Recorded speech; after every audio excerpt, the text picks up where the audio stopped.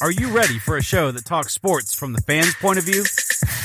We've seen Michael Jordan score 37 points a game in his era. How many could he score in today's NBA? There's not a player out there who I'd rather have than LeBron James.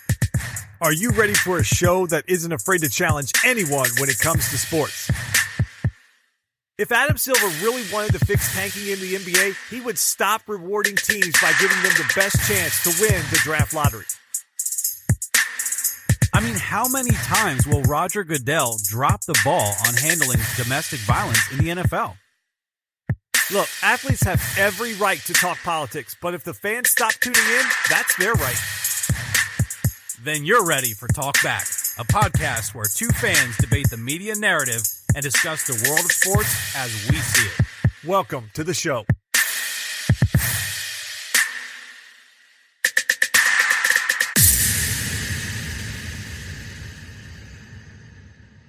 There's a choice that we have to make as people, as individuals. If you want to be great at something, there's a choice you have to make. We all can be masters at our craft, but you have to make a choice. What I mean by that is there are inherent sacrifices that come along with that. Family time, hanging out with friends, being a great friend, being a great son, nephew, whatever the case may be. There are sacrifices that come along with making that decision.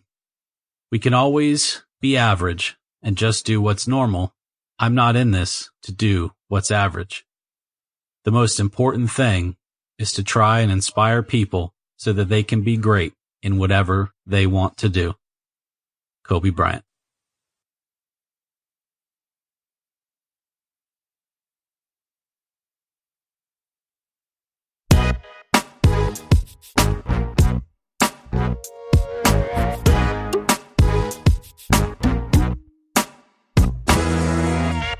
Welcome to this week's edition of Talk Back. I'm one of your hosts, Eric Nesbit, and with me as always is Justin Gay, your host and director of content.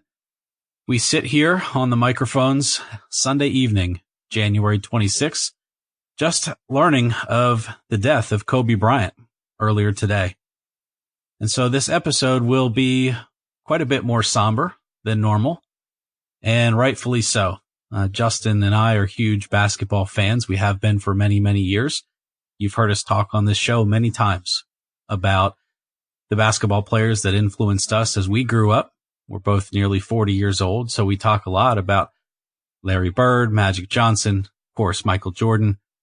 And one of those people was, for sure, Kobe Bryant, one of the best basketball players of all time. So, Justin, as we start the show today, I just want to kind of get your reaction and you'll hear mine as we kind of break into what was kind of going through our heads when the news started breaking from, unfortunately, TMZ first. But, you know, as much grief as people give TMZ, and I'm not talking about the necessarily, the part where the media find out before Kobe's family and all of that stuff. Look, I know that's a whole other issue, but I'm talking about the fact that when TMZ breaks it, you know, there's usually something to it. And so I started paying attention. And then when Ramona Shelburne started talking about it, I thought I'm glued to Twitter. So Justin, what was your reaction when it first started breaking today and we were learning that this really might be true? I think you realized how big of a story this was the potential to be when I first saw the headline, and immediately I text you and said, is this real? Because it just felt like one of those stories where, you know, in the past couple of weeks, and this happens all the time where these fake stories come out. I think one recently was like The Rock. People were posting stuff about him passing away, and that stuff circulates through the internet. And when this came out, it was that same feeling of like, there's no way that happened. And TMZ's the first one breaking it. The first thing I did was ran through Twitter, went to ESPN, went to the major news sites. Nobody had anything. And it's like, well, how did they get this so quickly and no one else has it? And then within a few minutes of that, the reports started coming out. You started getting more and more verified sources that seem to be kind of glued into this. And then when you get Woj from ESPN talking about it, you knew it was real. And I think the craziest thing, Eric, about this is just the timing of it, in that since Kobe retired, outside of him winning that Academy Award, he's probably been in the news more this last week than he has the entire time that he's been retired. So he's been on the front of everyone's mind when you get the run up to LeBron passing him for third all time. And then we were just a few days from the 14th anniversary of him scoring 81 points.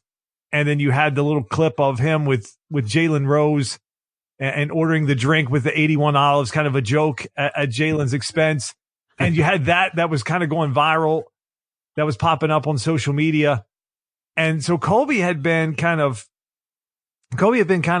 first and foremost in the news, and from a basketball standpoint, because you had these multiple stories going. And then just last night, Saturday night, LeBron passes him. Kobe tweets that out. LeBron goes on and kind of honors Kobe after the game, talks about him for multiple minutes straight of just the impact Kobe had on his career, talking about him giving him shoes at the All-Star game. And then the very next morning on the West Coast, he's gone, Eric, along with his daughter and 7 other people. It's crazy how quickly things in life can change at literally the blink of an eye. Yeah, I think that's what kind of struck me today. And I don't know that I've really fully processed it yet, especially as a husband and father.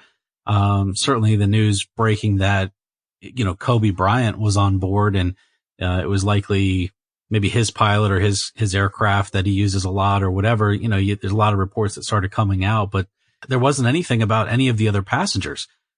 And so you kind of got the sense like, well, how do we know it's Kobe Bryant when there's no reports of who the other people are?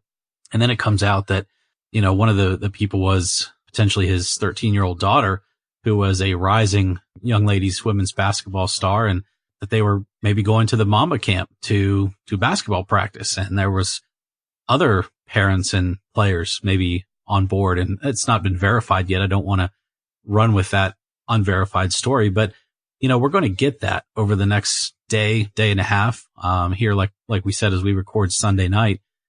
And, this episode will drop on Monday morning, and we'll find out over the next couple of days.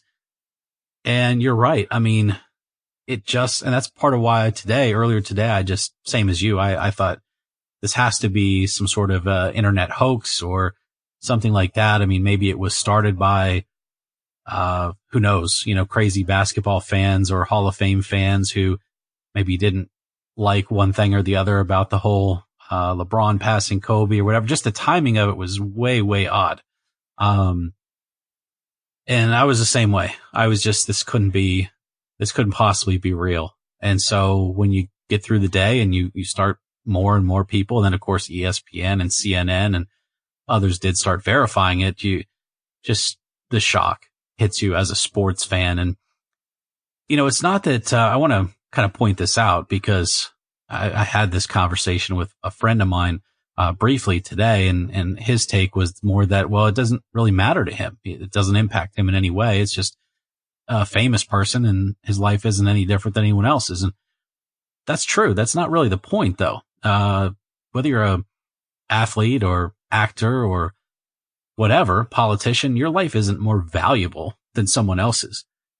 But the impact and the sphere of influence that you have across the world can be different, and it can impact people in different ways. Again, that doesn't mean intrinsically that your life is more valuable than someone else's whose name we don't know because they aren't famous. That's not the point here. The point is that he was famous. People do know who he is. He's had a story of being down and being through some things. Colorado, the rape accusation in 2003, other things of that nature. And he's risen above that and had a great career. So the impact is definitely there. And again, as I said earlier, being a father to a almost 13-year-old daughter myself, that part of it has impact. Look, I didn't know Kobe Bryant. I would love to have known Kobe Bryant, but I didn't. And so just looking at pictures today of him and his daughter and them, him teaching her and them sharing moments, and that hits home, that really hits home. So it has major impact to the sports world. And look, he's a Hall of Famer. He's a first ballot, instantaneous Hall of Famer. There's just no argument there. Wouldn't have been even prior to this. So, he'll get in posthumously. But his death has absolutely nothing to do with that. He would have got in first ballot anyway. And so this, Justin, I think, and in your show notes, I see like, what's the impact in sports as a whole? I'm not sure I can remember. It's been quite some time since the sporting world lost somebody of this magnitude in terms of sphere of influence. Again, Kobe's death is not different than the death of A, B, or C other person. It's that sphere of influence. It's that name recognition that goes globally for a person like Kobe Bryant that makes it so notorious.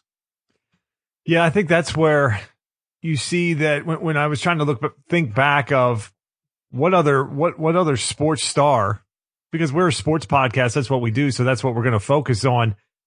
What other sports stars passed away with this kind of influence? And I really had to go back to maybe like Dale Earnhardt Sr. And even that I don't think was on a national level, but that was a name a lot of people knew and the impact within the sport of NASCAR. And it kind of went out of that.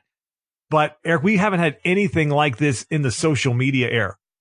And when you think about where Kobe came into the league in 96, 97, and then he was in the league for over 20 years. So you start to think about who is on social media, and we're not talking about Instagram or Snapchat. We're talking about people that are on Twitter and people that are playing these sports now that are in their mid-20s and their early 30s, that Kobe was the guy that they grew up watching. Kobe was the guy on Tuesday night or Thursday night or Saturday that they were watching play in these primetime games, watching him in the finals, watching the situation, how his career changed over the years, how he was winning titles, how he went through the issues in Colorado, the divorce with Shaq, changing his number, winning titles on his own, scoring 81 points, scoring the 60 the night his last game, transforming into his career outside of basketball and being involved with his daughters and coaching and that kind of stuff. So I think that's why this has hit so many, because in the past, and we talk about this all the time with athletes and how Twitter and social media affects these guys mentally. Well, now you have those same people now that have a platform to go out. Every single athlete has the means to go out and talk about what someone meant to them. And we just didn't have that before. And then you see one of the biggest stars in the game that people watched in his prime and then watched him retire and watched him with his career. I mean, even a guy like just this year, he's sitting courtside and is talking in Luka Doncic's home language. And Luka turns around and daps him up. These guys, Kobe is a lot of guys' hero, and he's their favorite player from an NBA standpoint. And you saw it even today in the Pro Bowl game, where guys are like, yeah, Kobe was the guy that I watched growing up, because remember, Jordan's last title was 98. So you start thinking about some of your athletes now that are 25, 26, 27. They were toddlers, basically, when Jordan was winning his last title. So Kobe was the guy that they watched. Yes. Mm-hmm. And so that is why I think it's hit the world of sports so much. And then, look, we talk all the time. You've got the Grammys tonight. What do we talk about all the time? Entertainers want to be athletes. Athletes want to be entertainers. And a lot of times there's a mesh point there. Kobe's in LA. He's with the Lakers. He's with this storied franchise. He's going to impact people as much as any athlete out there, just because of what he's done and where his career was starting to go with some of the other projects that he was working on. So, Rick, I just think now you're starting to see just the difference in social media. So to your point, I don't think we've seen an athlete in our generation that's as famous and as known as Kobe was, that's passed away, especially now where social media is so prevalent. And I think today, I mean, literally TMZ was down. Twitter was probably close to being broken, as just as much was going on there. At one point, my wife and I were just kind of watching the news and the story. 13 out of the 14 trending topics on Twitter, the top trending topics was Kobe related. So I think it just goes to show just people now, like, that's where you go pour out your love and support. We all can't go to LA and to Staples and to be there for the memorials and things like that, but people can go on and put their feelings right out there for the world to see. on social media platforms. And I think today